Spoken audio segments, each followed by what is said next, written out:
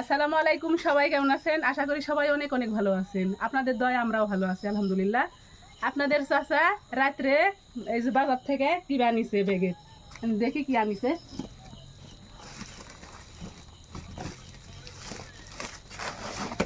ওরে আল্লাহ, কি বিশাল মাছ আনিছে বাবার ও বাবা। মানে কালকে মানুষ লাগবে তো বরবানতে, আজকে বরবান্দা হয়নি, কালকে আরো মানুষ লাগবে। সে মানুষকে ভাত দেওয়া লাগবে, আজকে এমনি খালি দেওয়া হচ্ছে, ওই জন্য মাছ আনিছে বড়।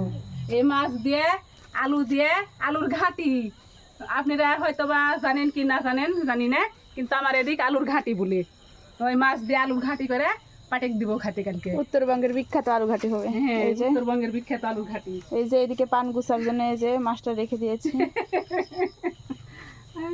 তো সবাই আলুর ঘাটি কে কে পছন্দ করেন কমেন্টসে অবশ্যই জানাবেন, আর আমাদের পাশে থাকবেন, আমাদের জন্য সবাই মন থেকে দোয়া করবেন। আল্লাহ হাফেজ।